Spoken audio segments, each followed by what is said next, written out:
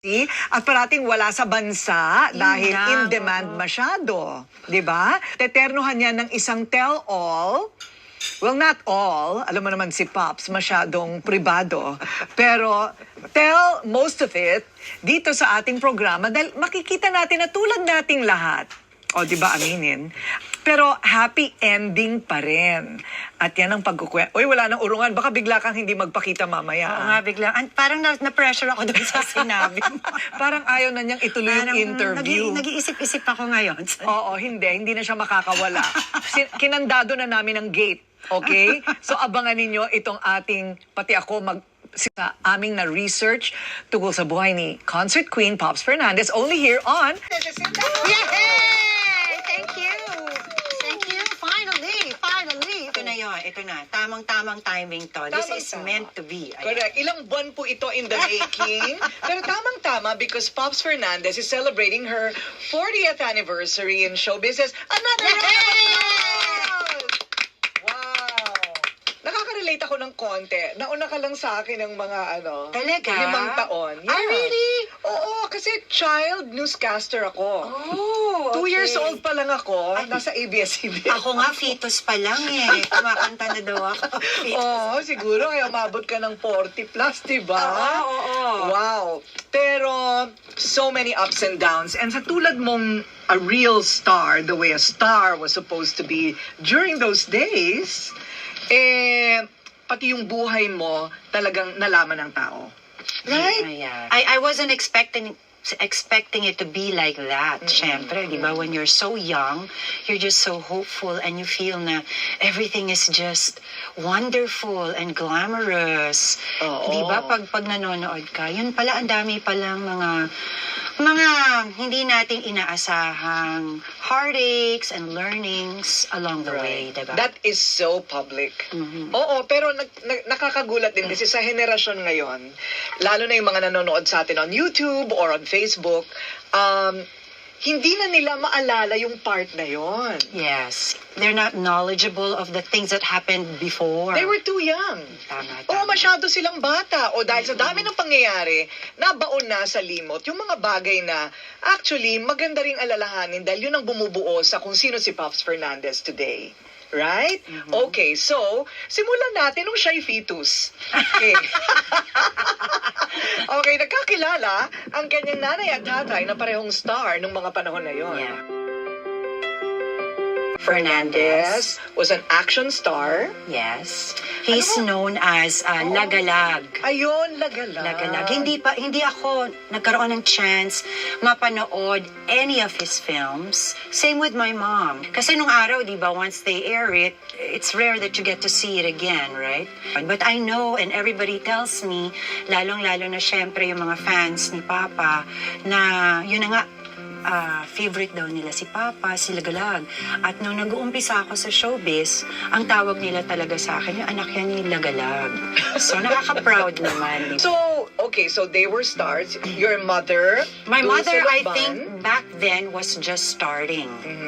So, ang alam kong story is, of course, they fell in love. Her career was actually very short lang. Kasi nga, Alright, tapos nagka-pops na. Kumbaga, parang mother, father, daughter. You're alone with your parents? Still. Meron ka pang sibling with them? oh yeah, my brother, the one after me, he passed Yes. away already. His name's Edwin. Anong nangyari sa brother mo?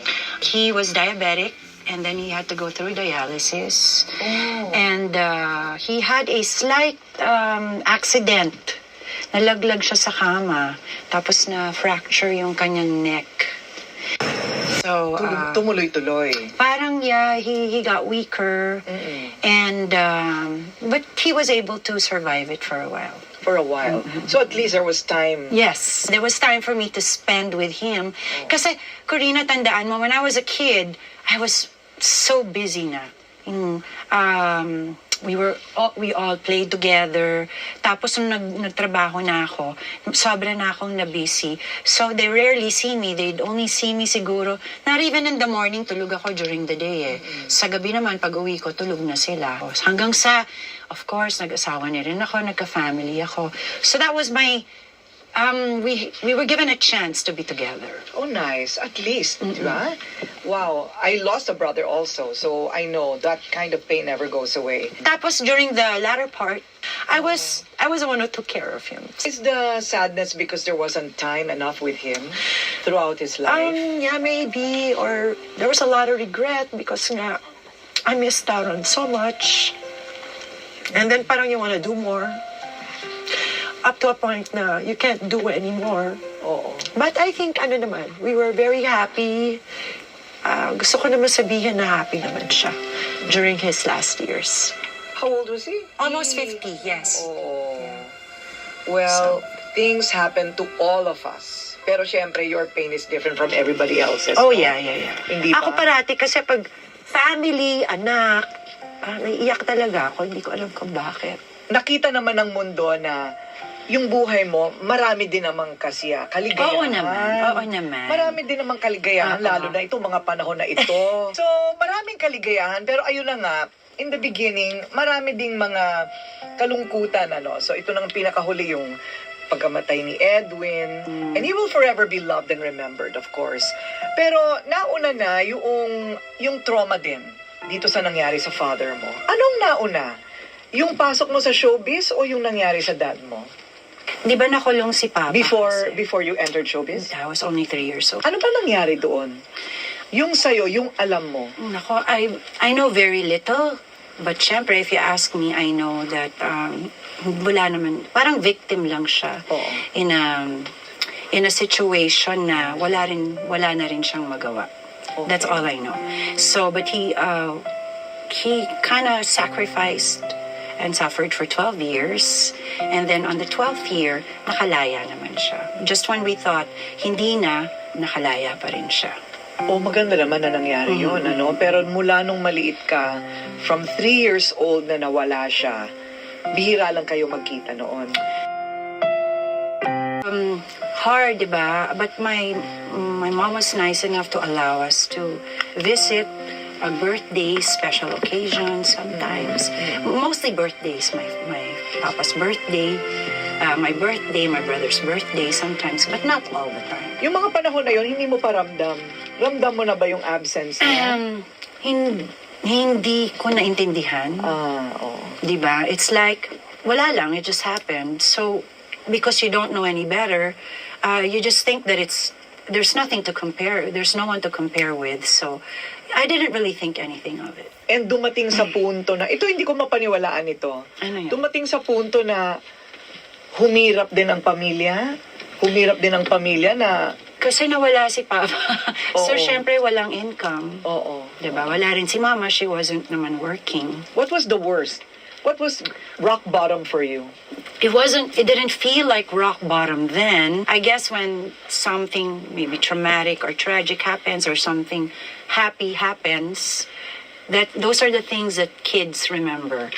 Children remember. So, back then, it didn't feel like we had nothing because bata pa nga ako, but I would remember, and this is a true story, no? Every time yung mag-uuwi ng sardinas, lata ng sardinas, we would be so thrilled as a kid. Ilang families ang mag-share noon because my mom also took care of her siblings. My mom was really the breadwinner also. Wow! She worked so hard. And back then you didn't realize what it was? So doon mo siguro din nakita yung work ethic mo. Nadala-dala mo hanggang ngayon kasi naaalala mo yung hirap ng nanay mo Oo dati. naman. At pinramis ko sa sarili ko as a kid. Kasi nga nakikita ko si Mama umiyak. Kaya ako naiiyak kasi naalala ko yung time na naiiyak lang siya. Oo. Tapos wala siyang mabigay sa amin. I remembered, ayun na naiyak. Oo. I remembered a story na, a moment na hindi ko maalala kung saan yun, but naglalakad kami. Tapos in the window, merong malaking doll. Kita ko yun sa window. Wala lang, as a kid, I was just looking at a doll, something that I didn't have. And my mom said, don't worry, one day, mabibili kita niya. Oo. Naaalala mo yun? Alala ko yun and I couldn't understand because I didn't have a doll. Yung mga ganong bagay pala, Pops, na aalala ng bata, ano? Kasi it was a moment. Oh. And so nakita ko siguro yung hardships ng mom ko. And I told myself, one day, when I go to work, I will work so hard that we won't experience this. So, nakaranas din ng hirap. Hindi namin ma-imagine, pero Correct. nangyari pala kay Pops yun. Oo nga. Diba? It's one Nangyari side pala. na we never really discussed. But then Right. after that, my mom was able to put me to a very good school. And I think it helped me a lot also with confidence. IS was a school that gave me a lot of confidence. And everybody, I've learned how to be independent because, everybody's independent. They speak their mind. They're not afraid to say what they want to say. Parang nabukas ang mundo mo dahil napunta ka sa isang international school. So, parang lumawak, no? Lumawak ang pananaw. At hindi na ako kasing afraid. Di ba? Afraid of who I am, my life, So, dito na rin ba nabuo sa pag-discover mo ng confidence sa sarili mo, yung marunong ka palang kumanta? Of course, siya po ay mula sa showbiz family. At kamag-anak mo rin ang mga Soto. Right? Very musical family. Very, very good friends of my mom. Okay. Best friend ni Mama, si Ninang Helen. Every Sunday when I was a kid, ang aming Sunday is spent in Ninang Helen's house. So, kailan mo nalaman na marunong ka pala, mahilig ka palang kumanta? Bata pa lang ako, syempre, totoo yung sinasabi nila, once showbiz is in your blood, talagang yun ang gusto mo, di ba? So in school, maski na sobra akong mahiyain. Totoo talaga to. I was so shy. Hindi mo talaga ako mapapasalita. Only when the teacher calls me for the answer. Back then, sumali ako sa choir. Why? Tanong mo ko why? Why? Kasi you get to skip classes during Okay. Yun lang yun. I didn't know back then, but I like to sing pala. I was just too shy to really admit it to myself. And school, we would join talent contests and singing contests. My friends would sign up my name. Come on, Shalito, which is my real name. Come on, Shalito, sign up's gonna be fun. We're gonna win. Ako naman, okay. And then I think I realized, and my mom also realized, ako makanta pala yung anak ko. Ayun. Nung nalaman niya, ayun na, patay. Sa lahat ng guests niya, Pops, kumanta ka. Pops, ngayon na, kumanta ka. Di ba? Nakakapikon yun. So, yeah, that's what she was so proud that, lahat na lang ng bisita namin, si Pops, yung anak ko, kumakanta. Alika, kumanta ka. Hindi naglaon dahil sa nalaman na nga ng mundo na marunong siyang kumanta. Ang bata mo pa noon, 12, 13, right? Yeah, we're Oo. Sign up na agad. Ha? Sign up na agad? Ganun ba kadali ang Hindi ganun ka. Paano yun? I think I was just very blessed because nga nag-discover sa akin si Ninong si Tito Sen, di ba? And he introduced me right away to Tito Orly Ilacad. I auditioned. I remembered I did 2 songs. Was Bakit Pa Ganyan? So, isa yun sa audition piece ko. Bakit ba ganyan? So, when Tito Orly heard it, sabi niya, okay naman, nakakakanta. So, sige, try natin. So, I think I was one of the youngest recording artists of Octo Arts back then. At 13! And your first song was? Dito. Ako rin. So yun na yun. Napapanood ko talaga and para sa maraming batang babae, nabuo din ang mga pangarap nila. I mean, honestly, in fact, yung entry ninyo nila Sharon at nung iba pa, parang paved the way for other young girls of a different demographic to enter showbiz. But talagang lalo kang tinangkilik ng marami, lalo ng mga teenagers, nung lumabas ka na sa Penthouse Live. The Napsness with a requested song number. Correct. It was a dance show. I know. I late at night, diba, I would also watch it, dance show, and then I think they revived it. They revived it several years after with Mercy Henares. Siya talaga ang Penthouse Live. Who I used to idolize. She speaks very well. And I sabi, I want to be like that. So, like any other young girl, I would be in front of the mirror, tatapat ako sa salamin, tapos magpa-practice ako, kunyari, mag-hosting. But again, no one knew that, diba? It was just me. So, nung invite ako ni Direk Fritz, who is also a huge part of my showbiz life, no, si Fritz Infante, when he invited me to be a co-host for that night. I'm so busy because that's a Sunday night now. Ang excuse ko parate is, I can't do it because I have school early morning. So I won't be able to do it. So siguro tatlong beses akong magsabi kay Direk Fritz. He doesn't take no for an answer. So ang ginawa niya, kinausap niya yung mom ko, Hoy, Dulce, yung anak mo, kailangan mag-guest siya sa show ko, sa Penthouse Live. So of course, my mom, who never asks me what I want to do, said, of course, kayang-kaya yan ng anak ko. Talaga? So I was like, why did you say yes? I have school the next morning. Sabi niya, hindi bale, one time lang naman. Which is really true. I was just supposed to guess. I was only, 15, 16. So, yung mom ko nga, yung mga first episodes ng Penthouse, naka-raffles ako kasi sabi niya, dress your age. So, naka-raffles ako. When we first did that, and natapos na yung show, sabi ko, I don't have to come out here anymore. And then bumababa si Fritz, and sila Mr. Garcia, sila Freddy Garcia, Mr. Rolly Cruz. Sabi nila, what great chemistry. We found our Donnie and Marie. And I was like, what does that mean? So yun na yun. Hanggang sa nag-guest uli ako, tapos nag-guest uli ako, hanggang sa naging regular na talaga ako. Ayun. Yung palang story, no, napilitan lang. Okay. And then nung nag-revamp, kayo na ni Martin. Yes. It's another Sunday night, and we're back here again.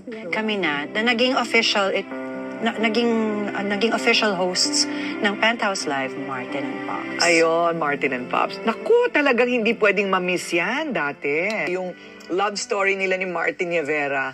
Pero nung una, parang magbarkada lang kayo, di ba? Well, parang we were biru-biruan lang. Yeah, we were really friends. Siyempre, magkasama kami. Nakikita lang naman talaga kami pag recording and then Sunday. Pero tinangkilig talaga at sinusundan. Yung mga duet, di ba? Yung duets, yes. Yeah, those parang duets. Everybody would wait for the duet, no, at the end of the show. During this time, parang naging golden era mo yon. So early in your career, ha? So early. I mean, hindi ganyan ang lahat. Hindi ganyan ang lahat. Ang iba talagang kinakayod, late bloomer. In your case, pag sadlak mo, nagtuloy-tuloy na, tuloy-tuloy. So, 16 years old, folk arts theater concert ka na? And that was because of Penthouse Live also. Parang that was, kasi I did recordings, I did movies. But nothing of it because for me it was just fun. I was just doing something that I enjoyed doing. This is, ever since I was a little kid, this is where I want to be. So I was just enjoying every moment of it. Hanggang sa Penthouse Live nga became a complete turnaround. I finally found my niche, where I'm good at, where my strengths are. And yung concert na yan, parang, kasi nag-concert muna si Martin yata siya muna. Tapos, pag nag-concert si Martin, paano naman si Pops? Kailangan mag-concert ka rin, di ba? So we did my very first show at the Folk Arts Theater. And I was so nervous. Alam mo yun, syempre first time. I was so nervous. Parang hindi ako yata nakatulog at nakakain 3 months before the show. I was just, there was so much pressure. Anong title nga ba? Always Pops. Always Pops. So hanggang sa nag-one-on-one kami ni Direk Fritz. Before, a few days before the show, sabi niya, Iha, sabi niya, as your director, I just want you to know that you're the only one on stage. I'm not gonna be there. And this is your chance to prove to people who you are. So, kung lalamya-lamya ka, you want them to know that that's just you. You have to show them what you've got. This is your moment. Sabi ko, tama naman siya, no? And whatever it is that they see, that's the only thing that they'll remember, right? So that's what started the whole concert era for me. Right. Parang give it your best, always give it your 200%. Along the way, that's when I started learning more of my performances, the way I sing, the way I moved, even my spiels. Siyempre lahat yan, di ba? Tinuturo lang sa'yo. Hanggang sa naging, it was just as natural as it can be. So you maintained yung friendship ninyo ni Direk Fritz through the years. I owe a lot to Direk Fritz, I Oo. think. And a lot of people as well. Talagang people along the way, ano? Parang meron talaga silang purpose sa buhay natin. Yes. And Fritz was one of those for you. Yeah, everybody, I believe that lahat ng nami-meet natin, whether dumaan lang sa atin, di ba? Or nag-hello lang, may purpose yan sa buhay. Sino natin. nagturo sa'yo sumayaw? Galing mo, ha? But ang dancer kasi sa family is my mom. O, tinuruan ka talaga ng mama mo sumayaw? Sabi niya, Canbot. Totoo. Dancer kasi si mama. Ah. Si papa yung marunong kumanta. Kaya naman pala sa TikTok, si Mother, hindi mapigilan. Diba? Ayaw papigil. Ayaw papigil. No matter how Oo. badly I teach her the steps, she makes her own steps. At sino naman ang gumagawa ng mga costume? Siyempre, napapansin namin yon. my Mga God. Catwoman costume mo, Oo, di? lahat yan. Lahat yung Oo. mga top designers. I think I had the privilege of working with them and wearing their art pieces. No? For me, they're art pieces. And Talaga? I think they also, because of them, nakilala ako as a fashionista. Wala naman ako kamalay-malay. Sabi ko nga sa'yo, kung si mama lang, Ruffles pa rin ako. Even in school naman, I've always loved to dress up kasi sa IS walang uniform. Oo, no? So, at ang swerte ko, kasi ang lola ko, mananahi. Ay, ang swerte mo naman. Yes. So, pag may bagong, kunyari may nagustuhan ako, papakita ko, Lola, pag may program, I want like this. Oo. So, bibili na kami ng tela, siya yung magtatahi. Postura is the word. Oo. But parati akong postura sa school. At nadala mo na yun sa career mo, right? guess so, yes. Oo. But you know, it wasn't all easy. Parang easy pag pinapanood ka, parang dami namang concert ito, sunod-sunod, jam-pack, di ba? But 2 years into showbiz, ang balita namin, ginusto mong mag-back out? Bakit? Because I did my first movie. Oh. It didn't do well. Okay. For a young kid, wala namang acting workshop noon. It was so heavy and dramatic. It was parang ang partner ko si Roel. So, tragic, so drama siya, no? So, ang hirap umiyak. Hindi ko alam i-express yung sarili ko for that certain scene. So, did not do well at all. So, ang daming criticisms. Back then, tabloids, syempre, mga reporters. So, lahat from my physical appearance to everything, my acting. And as a kid, syempre, hindi ka sanay. Again, no, I was very sheltered. Iyak lang ako na iyak. Sabi ko, ayoko na. I don't think I'm meant to be in the business. I cannot. Ayoko na, ma. It's so kakahiya. Siyempre, yun ang line ko. It's so kakahiya in school. What will they say? Yun ang worry ko. I was so embarrassed. Anyway, again, my mom, the strong person that she is, said, ikaw, bahala ka. Parang yung sinabi rin ni Direk Fritz, pwede naman, anytime, pwede ka naman mag-quit. Kaya lang, yan, sasabihin ng tao, hindi ka talaga magaling. Kasi yan lang ang last memory niya of you. Oo. So, parang, again, mahilig akong, ma-challenge eh. So, sabi ko, tama. Oo. Oo. I thought that was it for me. Oh. I couldn't handle it. I couldn't handle all the criticism. Anyway, sabi ko, I will try. So, give it another shot. And naging okay naman siya after. Nagkaroon ako ng isa pang movie. It did quite well. Moral of the story is, never quit, diba? Never. Kung gusto mo talaga, if this is something that you feel where you belong, just don't quit. And Correct. And do better. Sa loob ng showbiz, gumawa nag-artista, pagkatapos nagka-love team, tapos na in love, maraming concert. Nakailang concert ka? Hindi ko na maalala. You don't know Sorry, how many? Yeah. Really? But a Wow. lot. A Okay, lot. what are like your top 3 that you will never forget? Your favorite, small or big? Yung sa Rizal Stadium. Okay. And that's kasi a lot of people, we filled it up. Kaya lang, yung first show, hindi ako nakakanta kasi umulan. Ay. And ano yan, we prepared for it, may helicopter shot pa yan and everything. Kasi nga siguro, hindi pa tayo sanay mag-concert dati, hindi nabubungan. Inulit namin. So, I was able naman to do half the show. Ayan. Nung inulit. Okay. I think a month after. So that was unforgettable. Okay, what's another one? Yung susunod, Shindig. Shindig because single na ako noon. I was really on my own. I guess because ang ganda ng promo rin noon, with the help, of course, of ABS. It was such a big deal. Lahat ng gusto ko nagawa sa Shindig. I think first billboards to promote a concert was Shindig. I had a magazine for Shindig. I had a TV special. Lahat nagawa ko. Lahat ng na-imagine ko at gusto kong gawin, pinagbigyan naman ako ng ABS with their support. Ay, ang ganda. And the third is the one upcoming. Yeah. So what makes a concert queen? Naputungan ka ba talaga ng corona? Kaya Hindi ka na. naging reyna ng concert? Kay Ate Lods yan. Ano ba ibig sabihin nun? Kay Ate Lods ba Kay nang Ate galing Lods yun? yan because I think after my first concert, nagsunod-sunod na yon. And back then, lahat ng concerts namin sold out. Yun talagang kaka-release pa lang, sold out na siya. Okay. So, nung nag-guest ako sa kanyang show, kanyang talk show, siya yung nag-label sa akin ng concert queen. And ever since then, it got stuck. Totoo. So, I have to thank Ate Lods Oo nga. for that title. Kasi usong-uso title sa atin. So, it's an honor, but I don't want to really... In other words, I do concerts not because I want to be called a concert queen. I really just enjoy it. Enjoyed creating something different and presenting something different.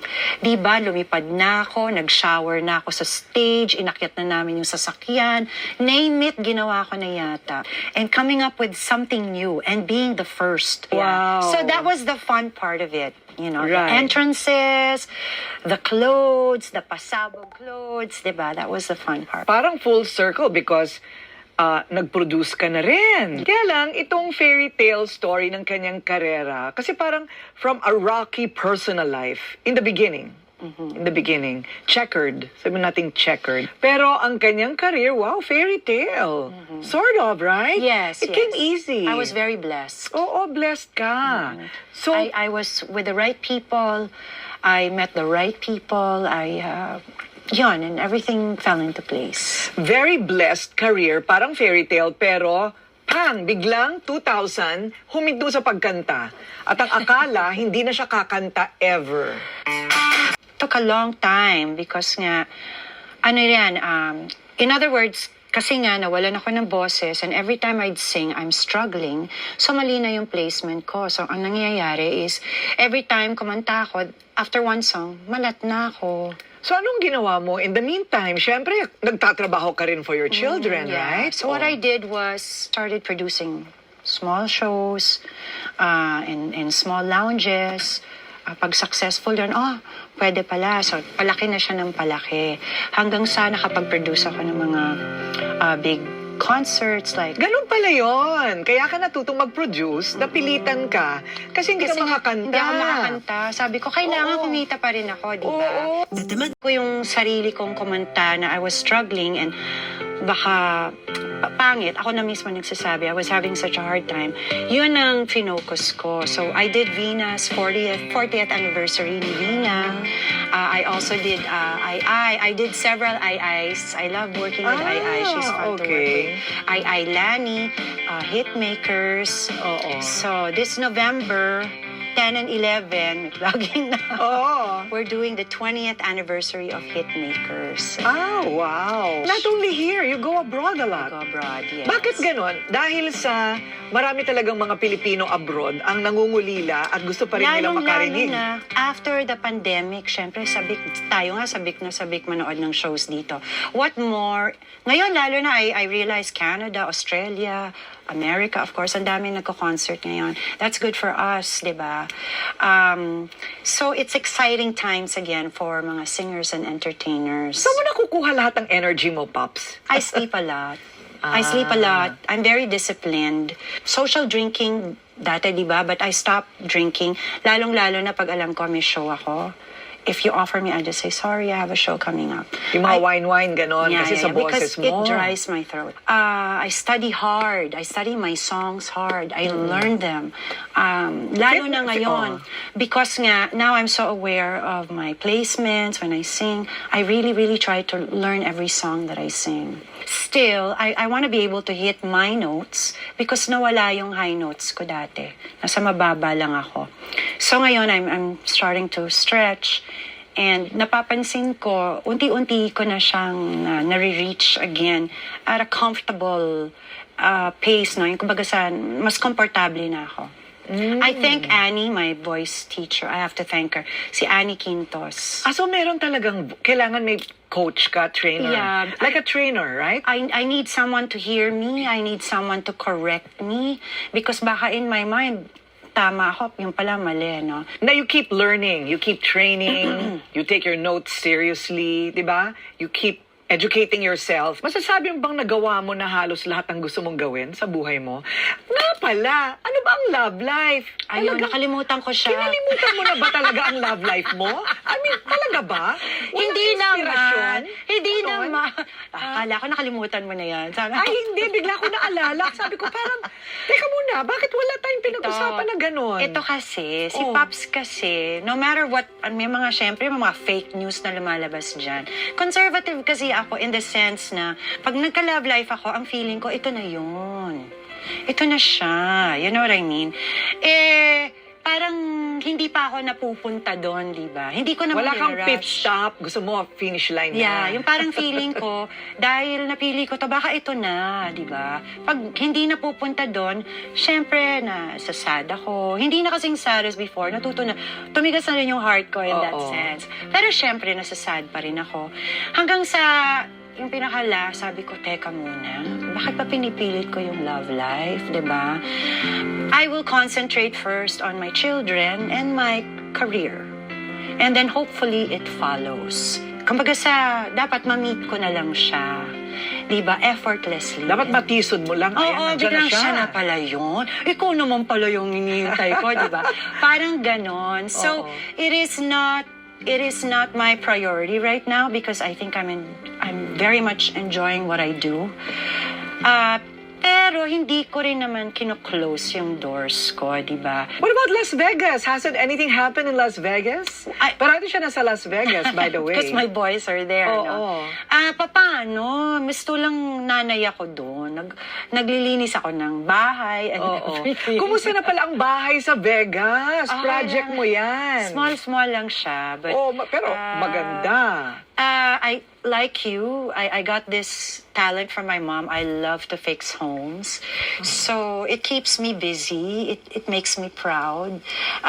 Tapos doon, I get to be with my children, with my boys. When I say children kasi, in my mind, ang baby pa nila, no? Alalaki nila, ha? Kaya nga, I keep correcting myself. They're grown men. Kasi ako, nung bata sila, I wasn't really able to spend so much time with them.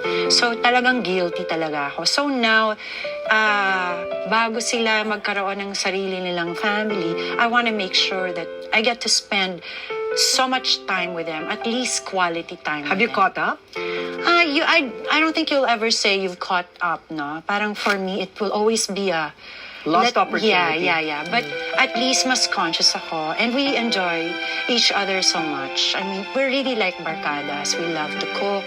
Now my boys cook for me. I love it. Talaga? They take care of me. I super love it. Oo. May mga nauutusan na ako, di ba? Oo, dapat. So I love our bonding moments when we're together. Pag nakikita nila siguro na nasa mga theme parks kami, we love doing that. So meron kang fallback life pala in Las Vegas. So at this point, okay, in your life, you produce, you continue to produce, you're exhausted producing, but you're very productive. What else do you need to do? What else do you want to do aside from working, doing what you love, school maybe? I was such a good student, honestly. I was so studious. When I say good student, studious ako, no? And I wasn't able to really finish. So, buti na lang, parang naririnig-rinig ko, uso na yung mga online classes and everything. And maybe if given a chance, I would want to take up classes para lang masabi na meron rin akong diploma. Oo, why not? And degree. And it's never too late. Oo. Nowadays nga, wala nang, there's no such thing as limitations, no? You can do whatever you want, and age doesn't matter. You can even cook now. Yes. Today, I will attempt to cook my adobo. Hoy, yun ang reklamo sa'yo ni Martin, sabi mo dati. Nabasa ko. Oo. Hindi mo alam. Hindi ko alam. Nabasa ko sa tabloid one time. Sorry, Marta. Nabasa ko na one of the reasons daw, and I'm sure naman it's one of those, I don't know if it's made up or he did say it. And In jest, maybe. Yeah. Oh. And kaya daw niya ako, parang kaya daw kami where we are because hindi ko daw siya pinagluto. Na-hurt ako doon. Sabi ko, kung alam ko lang na gusto mo pala ako magluto, di sana nag-aral ako. But anyway, that got stuck in my mind. So sabi ko, luto, pwede naman. So I started baking. My kids would eat everything I bake. Totoo. Try Masarap it. naman. Well, Padalan mo ako. siguro naman, you'd follow instructions, no? Kaya ko. Oo. So I'm always like, Kuya, try it. Is it good? So yung mga anak ko naman ang babait, Mom, it's the best. Totoo. So hanggang from baking, pasta, cooking, and I enjoy cooking for my family, especially my boys, because they appreciate what I cook for them. I'm sure yung most of the time hindi naman ganun kasarap, but I think they know that it's such an effort for me. So alam mo yon, happy naman sila, and seeing them happy, and that's our bonding moment makes me happy. Wow. Parang medyo roller coaster yung life mo rin, ano? Lahat naman yata tayo, di ba? May Oo. mga ups and then may mga super downs. 40 years. 40 plus 40 plus years, years. No regrets about entering the business, the decisions you've made along the way. In the business, parang ito na yun eh. Ito yung binigay sa akin. Parang there's no chance to regret because ito rin naman yung ginusto ko nung bata ako, di ba? This is where I saw myself and it actually happened. Regrets along the way, I don't want to say I've regretted.